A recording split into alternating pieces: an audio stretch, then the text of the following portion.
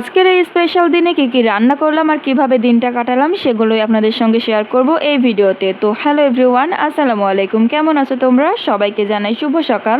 যদিও ভিডিওটা ছিল গতকাল দুপুরের, কিন্তু আপলোড করছি আজ সকালে, তো এই জন্য শুভ সকাল বললাম। যাই হোক, প্রথমে একটি কথা বলে দেই, সেটা হচ্ছে অনেকের আবার এটা মনে হতে পারে যে এতটুকু রান্না, তাও আবার স্পেশাল দিনে। তো তাদেরকে বলি, ভাই আমি এত বড় লোক নই, আমি খুব সামান্য একটি মধ্যবিত্ত পরিবারের মানুষ। এতটুকু যা করেছি তাতেই কিন্তু আমার বাচ্চারা অনেক বেশি খুশি, আর তারা খুশি মানে আমিও খুশি। আজকের দিনে সবকিছুই হচ্ছিল বড় বাবুর প্ল্যান অনুযায়ী। যদিও জন্মদিনটা ছিল হচ্ছে ছোট বাবুর, তো সে তো এখনো এইভাবে সাজেস্ট করতে পারবে না যে এগুলো রান্না করো। তো এই জন্য বড় বাবু যা যা বলছিল সেগুলোই রান্না করছিলাম। তো আমি প্রথমে বলছিলাম যে হচ্ছে বিরিয়ানি রান্না করি, তো ও বলছে না বিরিয়ানি না, তুমি হচ্ছে পোলাও আর মাংসটা আলাদা রান্না করবা, ডিম ভুনা করবা।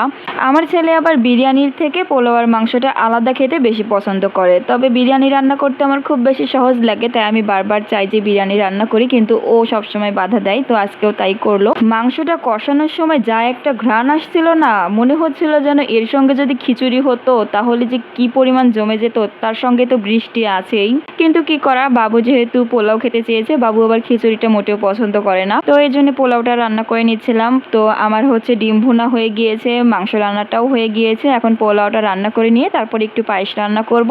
যাই হোক, সাধ্য অনুযায়ী যতটা সম্ভব করে নিয়েছি। আর পায়েসটা রান্না করার সময় কোনো এক কারণে ভিডিও করতে পারিনি, তবে সম্পূর্ণ রান্নার শেষে পরিবেশনার সময় একটা ভিডিও। ফাইনালি রান্নাবান্না শেষ হলো। সেই কখন থেকে শুরু করেছি, এখন আমি শেষ করে উঠতে পারলাম। আসলে দেখতে তো মনে হচ্ছে মাত্র কয়েকটা রান্না, কিন্তু এই রান্নাগুলো শেষ করতে যে আমার কত সময় লেগেছে সেটা কিভাবে বোঝায়। সঙ্গে দুইটা বাচ্চা আছে, বাচ্চাদের নিয়ে রান্নাবান্না শেষ করা, সংসার সামলানো যে কি প্যারা সেটা শুধু বাচ্চার মায়েরাই জানে। এখানে পায়েস ছিল, গরুর মাংস ভুনা ছিল, ডিম ভুনা ছিল, আর পোলাও ছিল, সঙ্গে আবার হচ্ছে শসা আর লেবু কেটে নিয়েছে। এই ছিল আমার সাদামাটা আয়োজন।